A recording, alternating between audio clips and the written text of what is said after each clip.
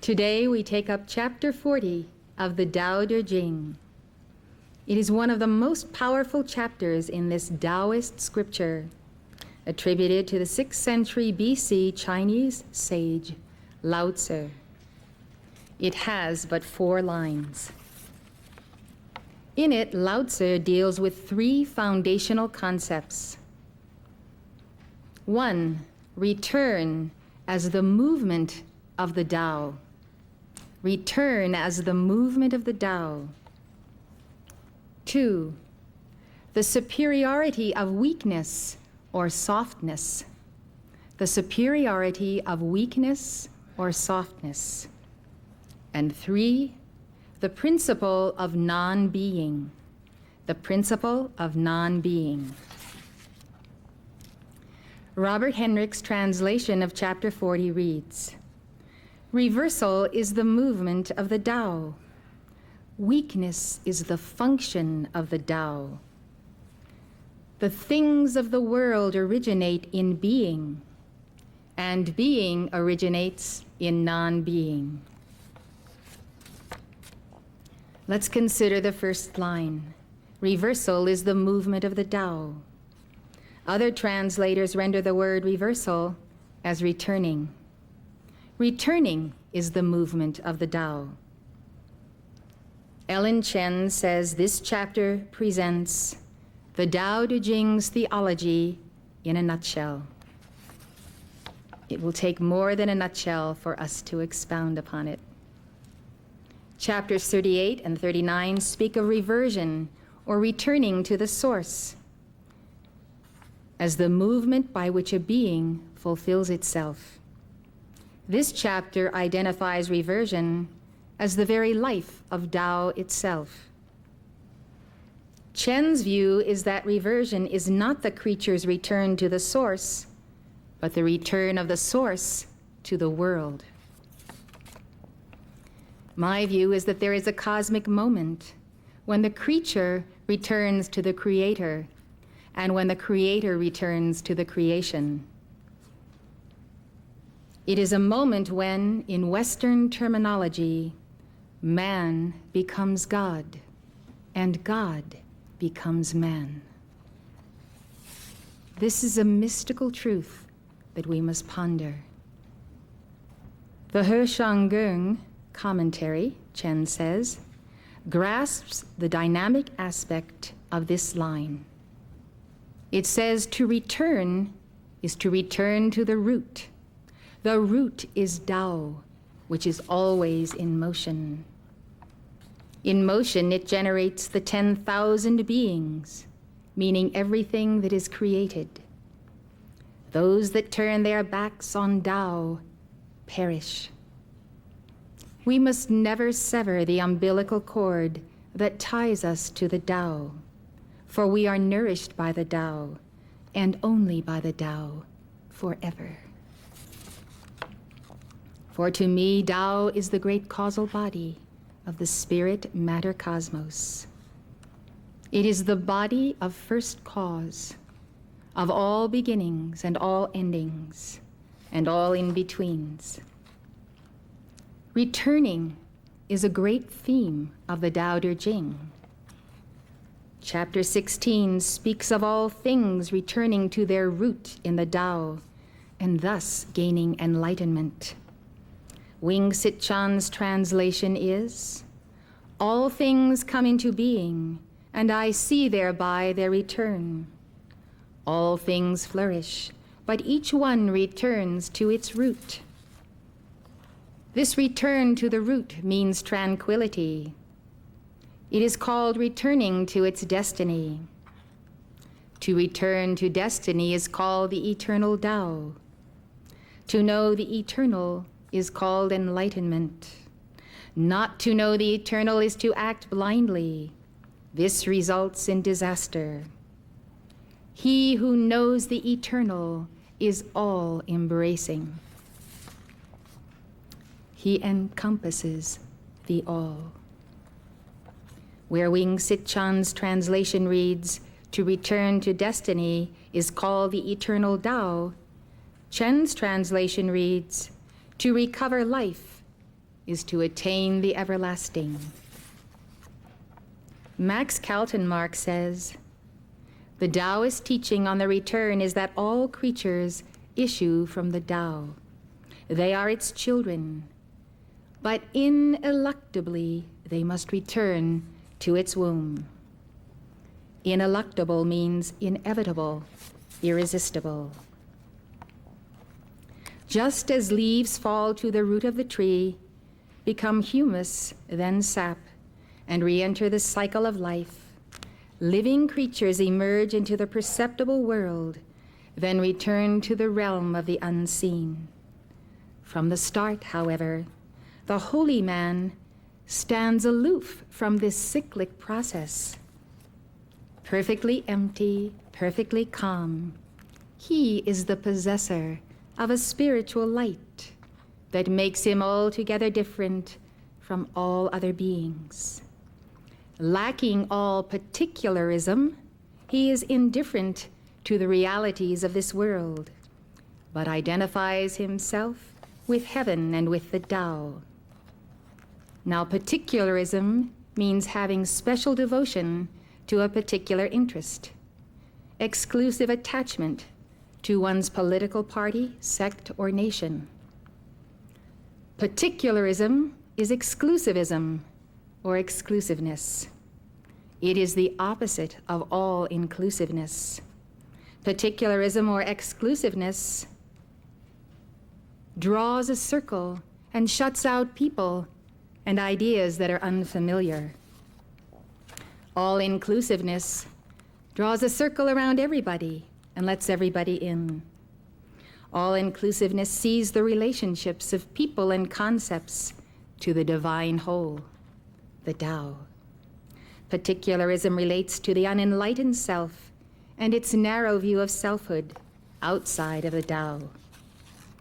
So Kaltenmark says, lacking all particularism, the holy man is indifferent to the realities of this world, but identifies himself with heaven and with Tao.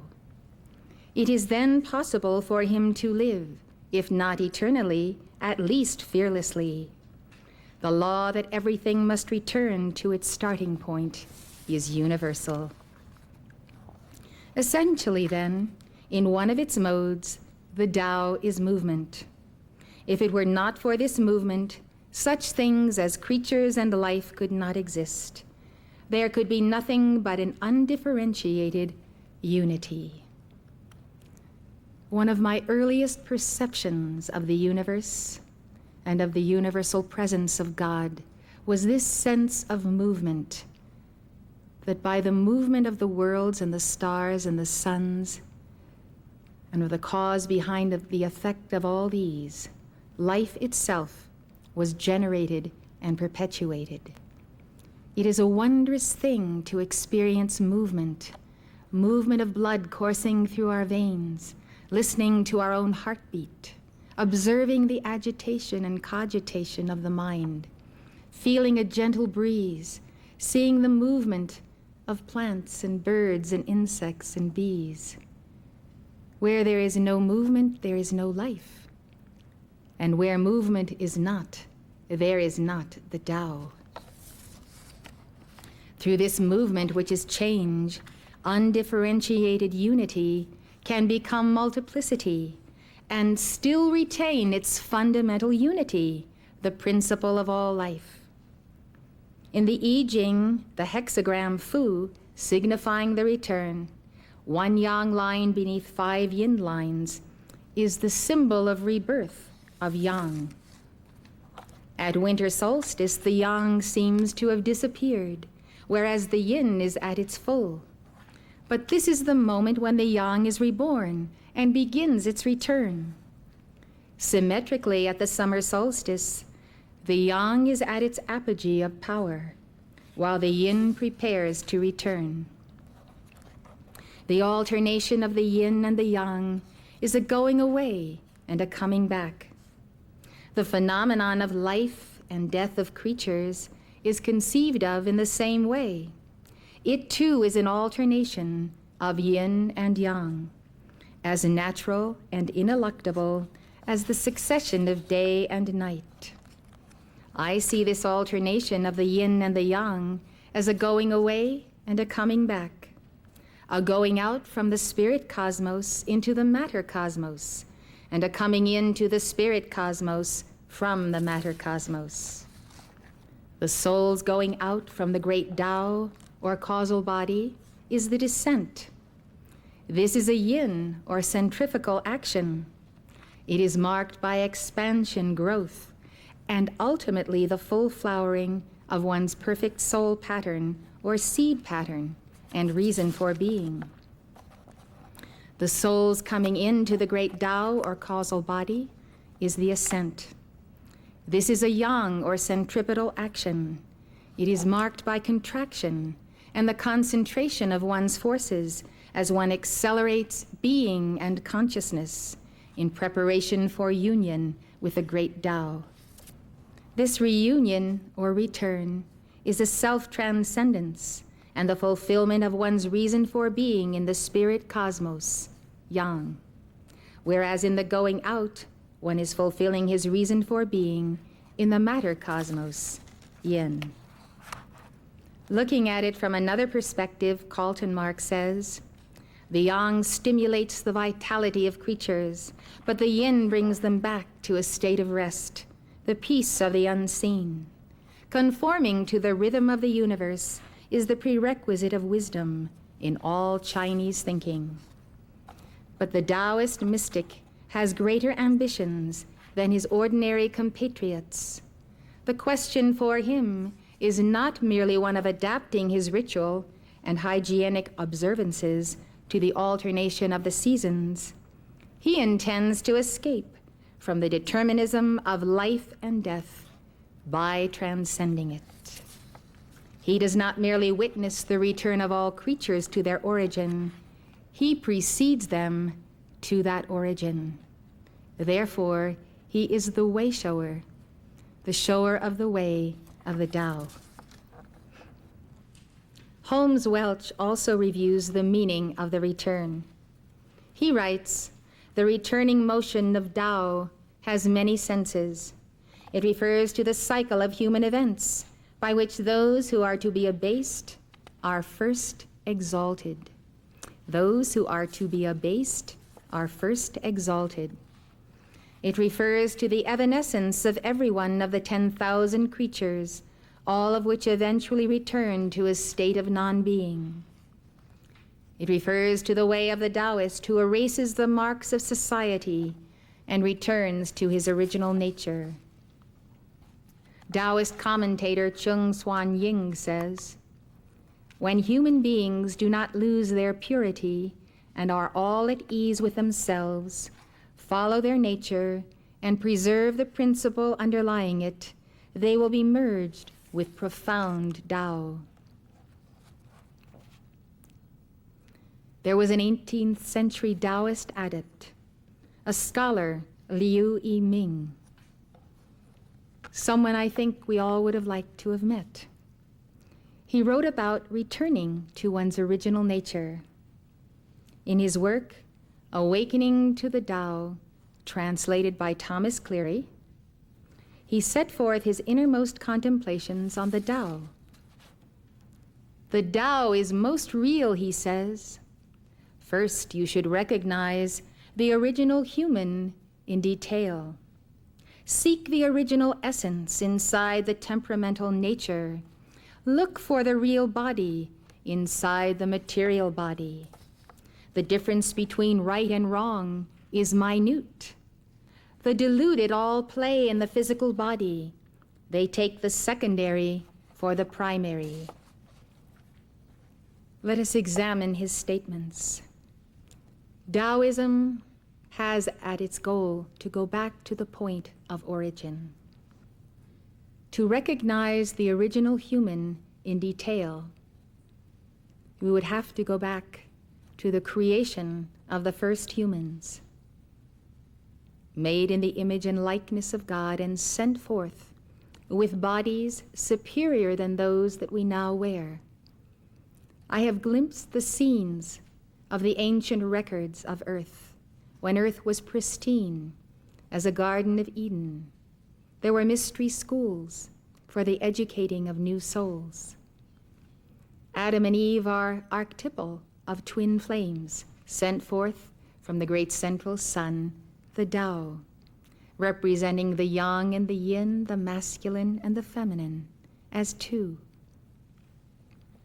These original bodies were merely a step down from the etheric octave, the highest level of being that we experience on earth. We experience that level in the divine memory of God. We experience it perhaps when our bodies sleep at night and we are taken to schools of light. We experience it between embodiments, and we are actually continuously, consciously aware of it. And yet that awareness is below the conscious level of daily awareness. And so to go back to that level means tapping the Akashic records and looking upon these pristine bodies of grace and beauty and symmetry and balance of the yin and yang forces, created by Elohim, as Genesis tells us, created after the image of the divine us, male and female. Elohim is a plural noun for God, showing that made in the image and likeness of God means made in the image and likeness of Father, Mother. Male and female created he them. When we think about the stature and the grace before there was the departure from a consciousness of unity, that is the point of origin, when we first descended from the spirit cosmos into the matter cosmos. This we must contemplate, because these bodies were created after the image of what Lao Tzu calls the One. He says the Tao gave birth to the One as a child. I think of the One as the Holy One of God. I think of a singular one because there is only unity, not plurality, in true being. So we are reminded of the concept of the only begotten Son of God, who is called the Christ. This Christ is a universal principle and a universal being. It is that which came forth from the Tao as sign and signet of the Tao, that we might recognize the Tao through him, her. We are all intended to embody this one, this Holy One of God. It is our true nature. And when we look into the eyes of this one, as that one becomes personified through us, as our inner teacher, we recognize that we are made out of that Christ image. Call this by any other name but Christ, whatever is the religion of your choice, but understand that out of the Father, Mother, God, perpetually in motion, the great Tao, there does descend the individualization of that Tao. If you look at the chart on the screen, you will see a conceptualization of this one. There are 3 figures in the chart. The upper figure represents the great Tao. It is a representation designed to bring the Tao very close to you. You see it as hovering above you. Since there really is no time and space, why should we imagine the Tao anywhere else but where we are? This is a source of great comfort, because it is our source. We came out from it, and we shall return to it. So you see concentric spheres of light. You can imagine them being the size of the vastness of our physical cosmos. And yet, in co-measurement to our being, those spheres of light rest above us. There is a pulsating flame, and the point of the I am that I am in the center. It is in perpetual movement. It fulfills the law of the Tao, of the yang becoming the yin, and the yin becoming the yang. And at each point where yang becomes yin and yin becomes yang, there emerges this Holy One of God. So that Holy One of God is the divine pattern of our own selfhood and personhood. To show that one that was born out of the Tao, we see the center figure in the chart. It may be called the Christ self, or the Holy One, or the only begotten Son, but it is the true and eternal nature of each and every one of us. This Holy Christ self is so intimate that we hear it as the inner voice of conscience. You can develop a listening ear for that conscience, and this is what Lao Tzu recommends, the listening to the Tao. When we listen to that still small voice, we have unerring guidance. This is our permanent self. Now you look at the lower figure in the chart, and this is you and me as we are today. We are a soul occupying sheaths of consciousness. We can see that we have a physical body. We know that we cogitate and think and reason. We have logic. We know that that is the mind, and we call it the mental body. It is also a body of light that surrounds us. We know that we have feelings and emotions and desires, and we have a desire body. We know that we have a memory, and we sense that we have a memory beyond what we have learned and beyond what we know in this life. We have flashes of insight and a sense of great distances and journeys taken and other octaves visited, and souls we know that we haven't seen in a long time. We sense ourselves a part of universal being. That memory is in the fourth of these bodies. It's called the etheric body or the memory body. So these are four interpenetrating sheaths of consciousness whereby we tap in to the memory, the mind, the desire, and the body of the Tao and the one who came forth from the Tao. This is non-permanent being. This is the house of the soul, and of the soul, as the Gnostics teach us, that has fallen from grace and gone out of the way of the Tao, if you wish to use that terminology. And so our sojourn on earth is to take that soul to the place where she can attain reunion with the Holy One of God, with her real and true identity, made in that image and likeness of that one, that Christ self. The reason we are seekers, seeking self-knowledge and truth, and understanding that that knowledge comes to us through the great mystics and teachers of all time. We know that we seek because our souls desire union. Our souls desire the return. And that's what chapter 40 of the Tao Te Ching is all about. Only through the return do we fulfill our reason for being. That is Lao Tzu's message today. How do we achieve it? This chart explains it. Draw nigh to me, and I will draw nigh to you. Whether you call the originator of that word Brahman, or Father, Mother, or the Tao, or the great Shekinah glory, we know that if we place ourselves in a mode of spirituality, meditation, of grace, and of peace, we will be closer to God than when we entertain the opposite. And so the middle figure in the chart, as that Holy One of God, becomes closer and closer to us, not as I would describe it in distance, but in vibration. And since things equal to the same thing are equal to each other, if we put on and maintain the vibration of the balance of the yin and yang forces, that is really the definition of that Christ, then there will be no separation from us and that Christ, that Holy One.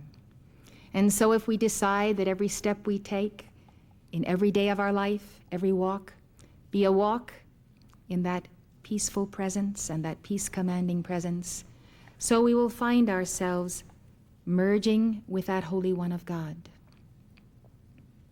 Jesus was the full incarnation of that Christ, that only begotten Son. He never ever exclaimed that he was the only one who had that only begotten Son of God. Nor is it so written in Scripture.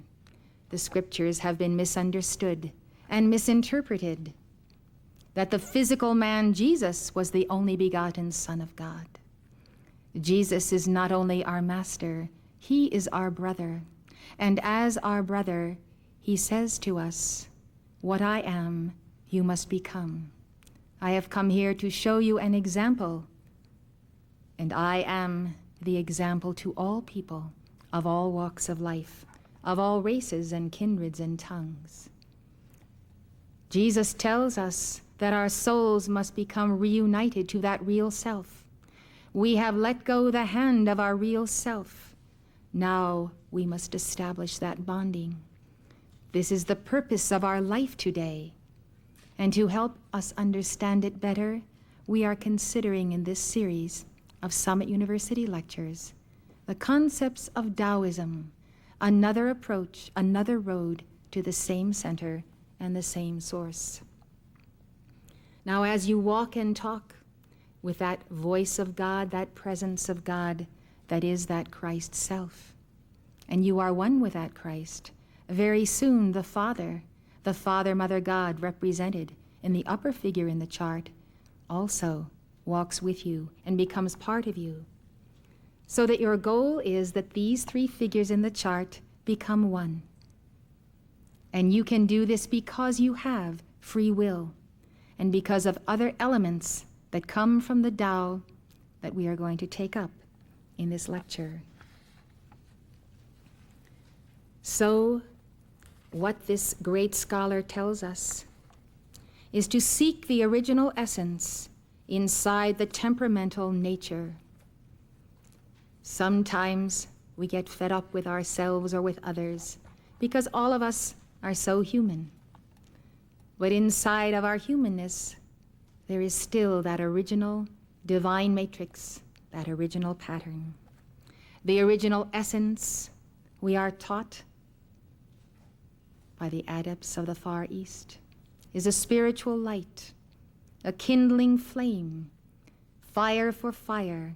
As we have that fire, so through it we attain oneness with our own higher being, the great Tao.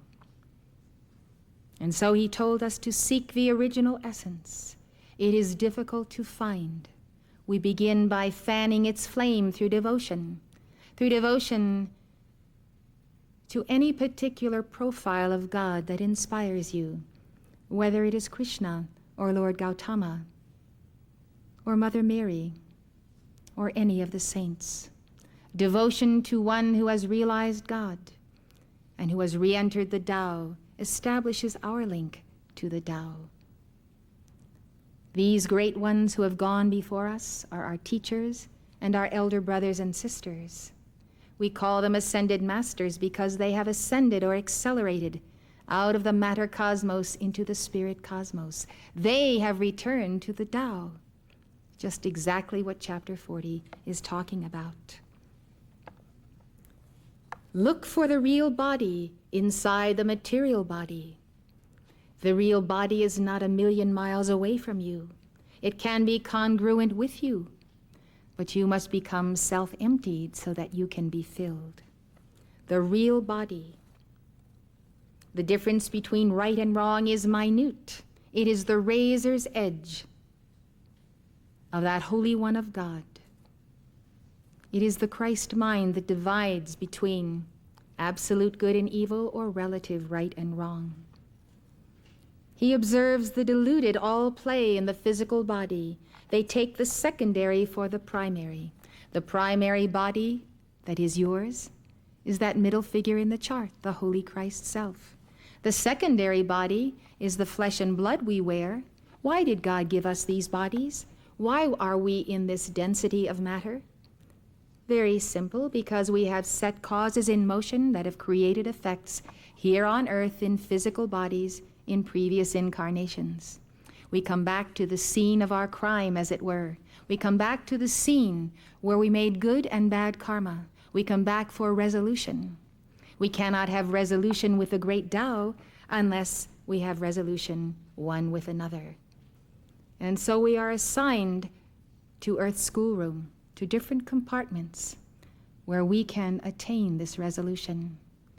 And if the desire does not grow strong in us by the joy and the bliss of God, then it grows strong by the pain of his absence that quickens us and awakens us and makes us desire to find that resolution until it becomes the great burning desire of our lives, to attain resolution within our being with all other beings, and thereby to attain resolution with our source.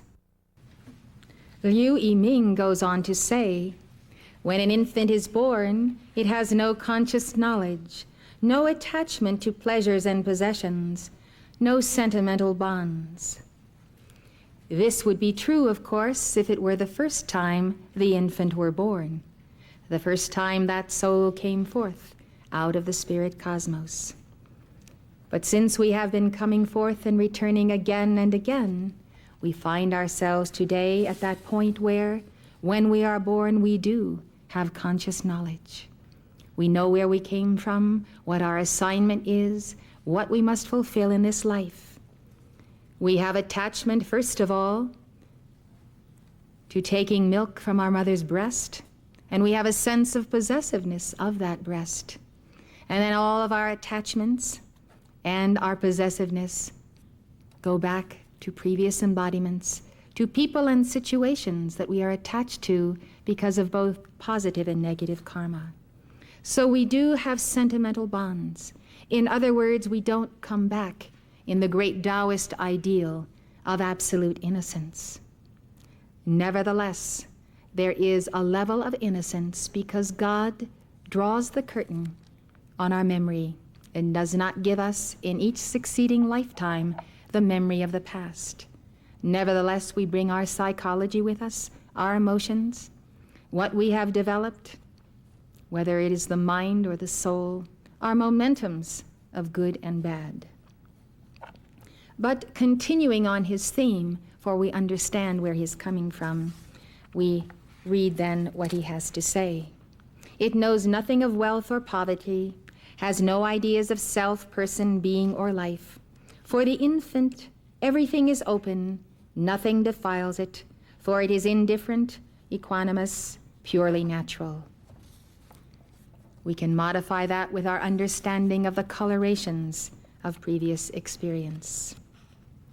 Liu Yiming says, what I realize as I observe this is the Tao of the restoration of innocence. The Tao of the restoration of innocence for me is entering into meditation upon universal being as that real self, that Holy One of God. Meditation upon the great Tao. As I meditate on it and become one with it, I feel that restoration of my innocence. I can contain my innocence that I knew in the beginning with God, and yet retain entirely what is that has formed me, my personality, my background, and all of the influences, good and bad. So we can dip into that innocence, and we should attempt to do so daily by lifting our thoughts to other octaves where there is an acceleration of that light. He says if people are able to radically wake up and turn around, shedding attachment to things, this is the restoration of youth, the original state of the infant. Otherwise, one's natural reality is lost, even if one is physically strong and fat as a pig or an ox. What is the benefit? Liu Yiming is saying, if you are not contacting your real self and fulfilling your reason for being, then what good is it to be stuffed with everything you could ever want to eat, or with the material possessions you could ever need? At some time or other, we have all felt lonely in a crowd. I remember feeling very much alone in a New York subway when I received a great and sorrowful message whereby I was grieving. And I never felt so alone as I felt in that crowded subway. No matter how many people surround us, no matter how busy we are, if we are not in touch with our real self, if we are not moving toward that goal of reunion with a great Tao, through our special mission in life, we experience an excruciating alienation from all others and from our reason for being. What is that sense of alienation and aloneness telling us? We must ponder our pain and our separateness until they speak to us and tell us why. Our conclusion must be severed from our source, like a cucumber that is severed from the vine. We have no life in us. We have no reinforcement of our true nature. This world does not reinforce our true nature, but what is above us in vibration, whose vibration we seek to become, does reinforce us. That Holy Christ self and the Holy Christ flame burning in our hearts, that reinforces our true being, our contemplation of the I am that I am, being where we are, that reinforces who we are.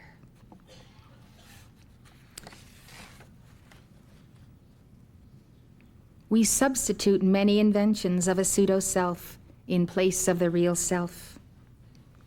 The real self can only be known through the oneness with the Tao.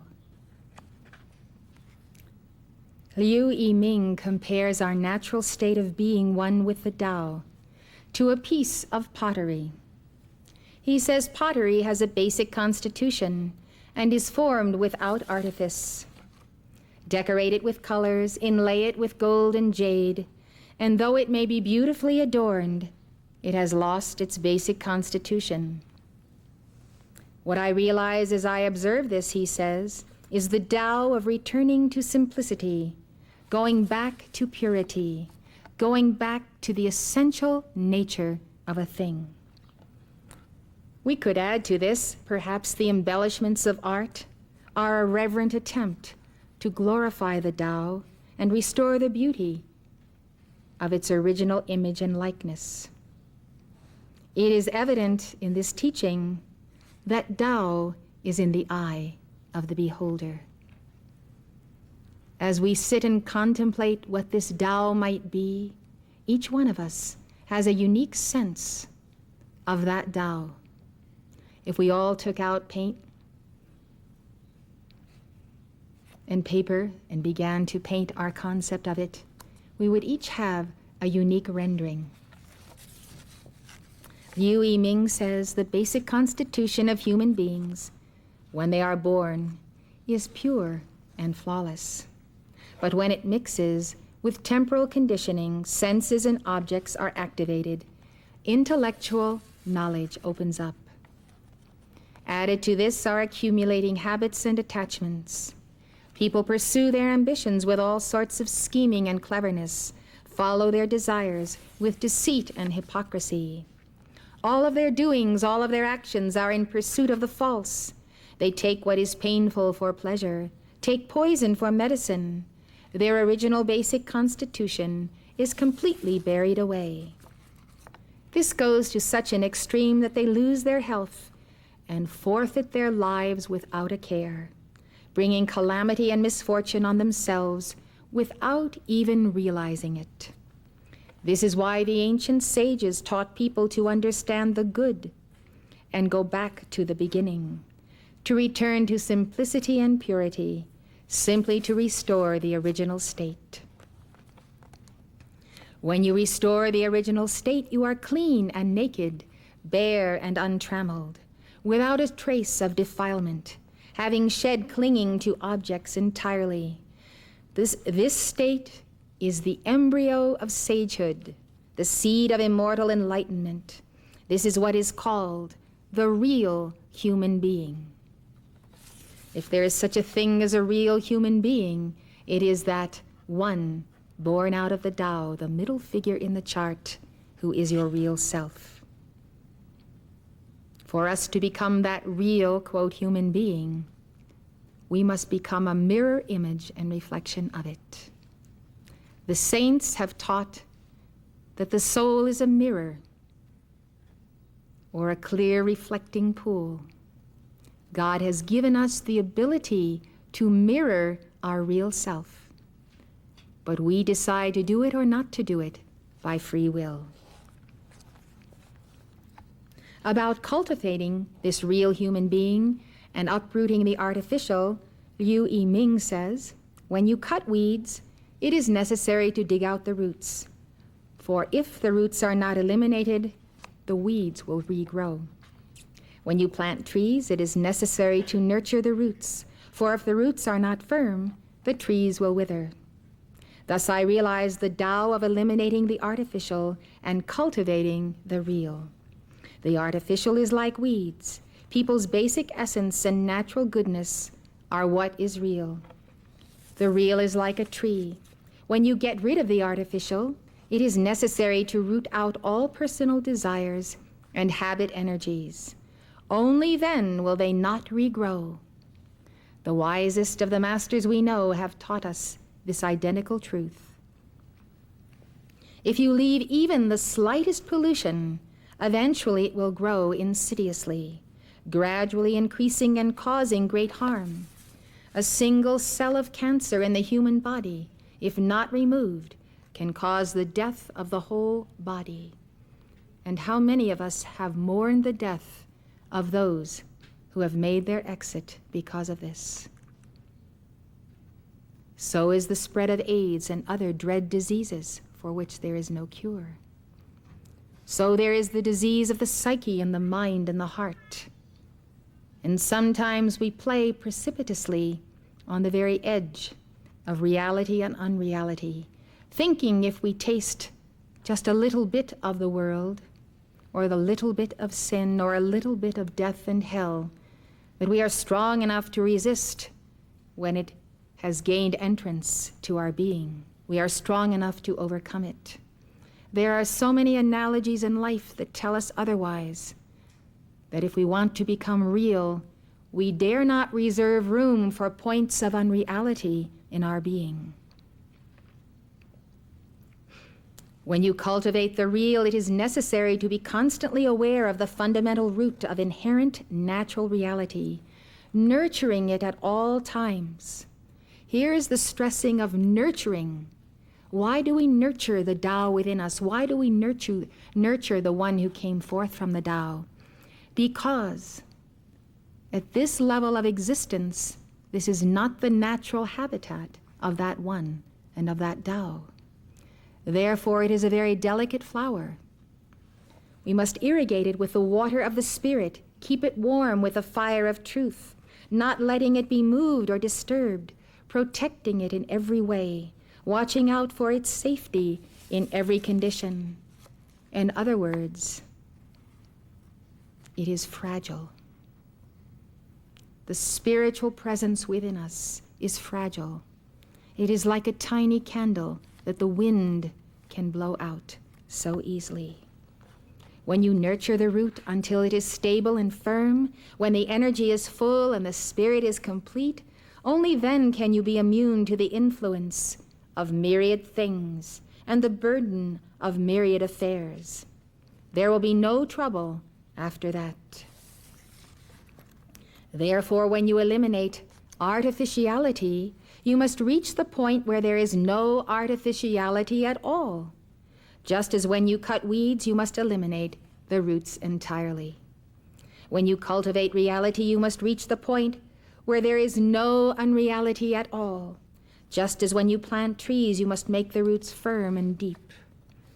It is a major challenge in life to challenge every unreality, every delusion, every illusion. We gather our garments of unreality and our delusions and illusions around us to insulate ourselves from the pain of true knowledge, self-knowledge, and knowledge of the world and the things that are coming upon the world. We insulate ourselves with this delusion and illusion. It is a particular affliction of the American people under the planet Neptune. We must beware of this. We would rather engage in forays into soap operas, into fiction, into base types of behavior, into activities that are warped and distorted, as an escape from the responsibilities we have. Our first responsibility is to be who we are. And if we will be who we are, then we will take up the responsibility of balancing our karma and not walking away from it irresponsibly. We will take up the challenge of rooting out all divisions in our psyche. We will take responsibility for them, and we will not blame them on what someone else has done to us in this or any past life. Being responsible for ourselves is the American way. It is the way of independence and the independent spirit. We ought to consider this. We should not insulate ourselves against emotional pain, mental anguish. We should deal with it directly and not escape it. And in so doing, we will draw nigh to that one who is real, contains the perfection of God and the bliss of God and the awareness of our pain. That one is the mediator. You see, if we have the courage to face pain, just beyond pain and its resolution is the bliss of God. If we refuse to know pain, we will never come to the bliss. An ancient scripture says, as long as there is the slightest negative energy remaining, you will not become immortal. As long as there is the slightest positive energy remaining, you will not die. This is truly real. Returning to the Tao and uncovering the real self are not easy. This has been called the mighty work of the ages. Karma and attachment to the unreal self are the chief obstacles. This is why the Apostle Paul said, work out your own salvation with fear and trembling.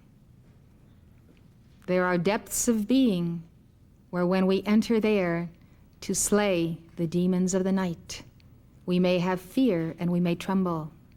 But when we understand our relationship to the Tao and the one born out of the Tao, and when we have this chart to look at, to remind us just how near and dear is eternal life from whence we came, we can descend to those sub-basements of being, deal with the inner conflicts, and emerge whole. Holmes Welch says, the returning motion of the Tao also refers to another kind of return. This is a return that the Taoist makes in trance to non-being itself. What is non-being? What is this concept of non-being? And how does it figure in Taoism? In Taoist thought, non-being is not a negative quality. It describes unrealized potentiality. Unrealized potentiality, a state of emptiness that is really fullness. Non-being is so called because it is nameless and indescribable. Non-being denotes the absolute transcendence of the Tao. Welch says, the experience of the return to non-being sounds like the final stage of trance, as other mystics have reported it. I call this state cessation. In a sense, all states of trance can be thought of as progressive cessation. When the material world has ceased, a man can have visions. Ceased meaning ceased to occupy his consciousness. When you no longer have the records of millions of frames of TV and motion pictures and all kinds of inharmonious sounds, etc., parading in the unconscious and in the memory body. When you are emptied of these, then you have visions of the higher octaves.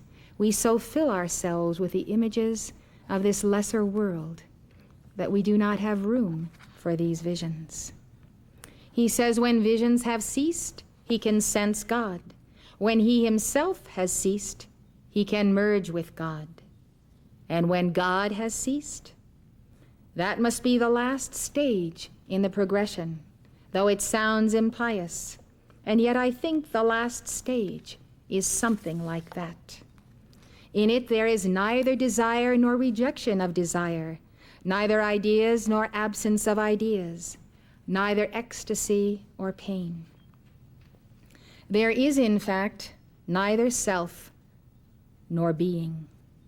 There is simply consciousness that all these have ceased, consciousness, one might say, of non-being. This is Holmes Welch continuing. This is like the nirvana of Buddha. Consider how Buddha testified on the progress of cessation. He said, I have conquered all. I have known all.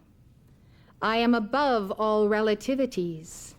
I have abjured everything. I am freed from thirst.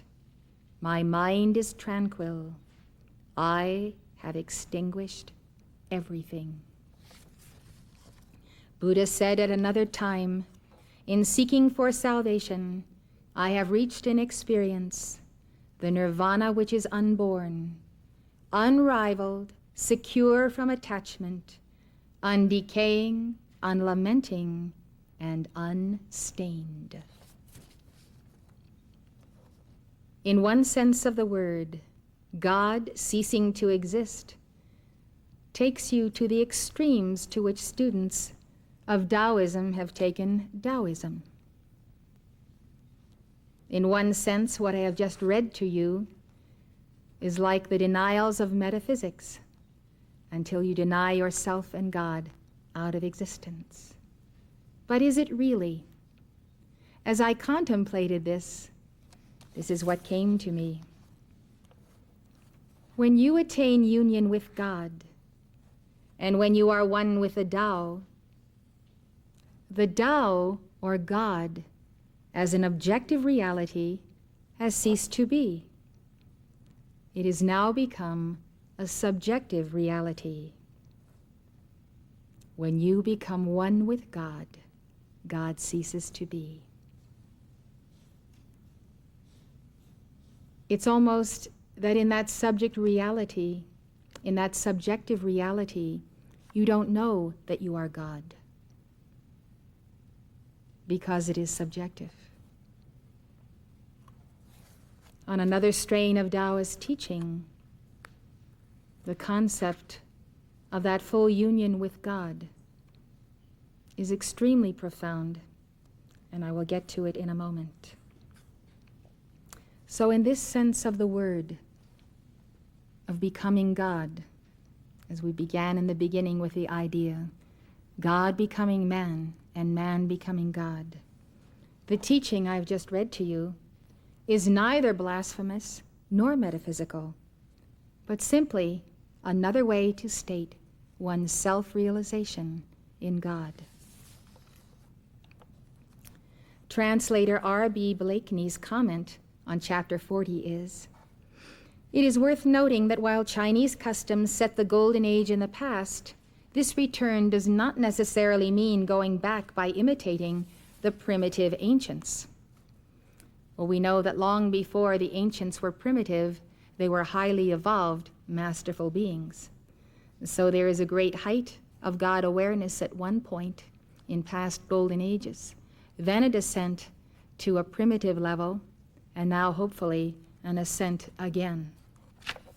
So the mystic in China, as elsewhere, was interested in exploring the roots as well as the fruits of life in an effort to know the ultimate truth about himself and everything else. It is rather a return to within oneself, where the ultimate mystery of being can eventually be confronted.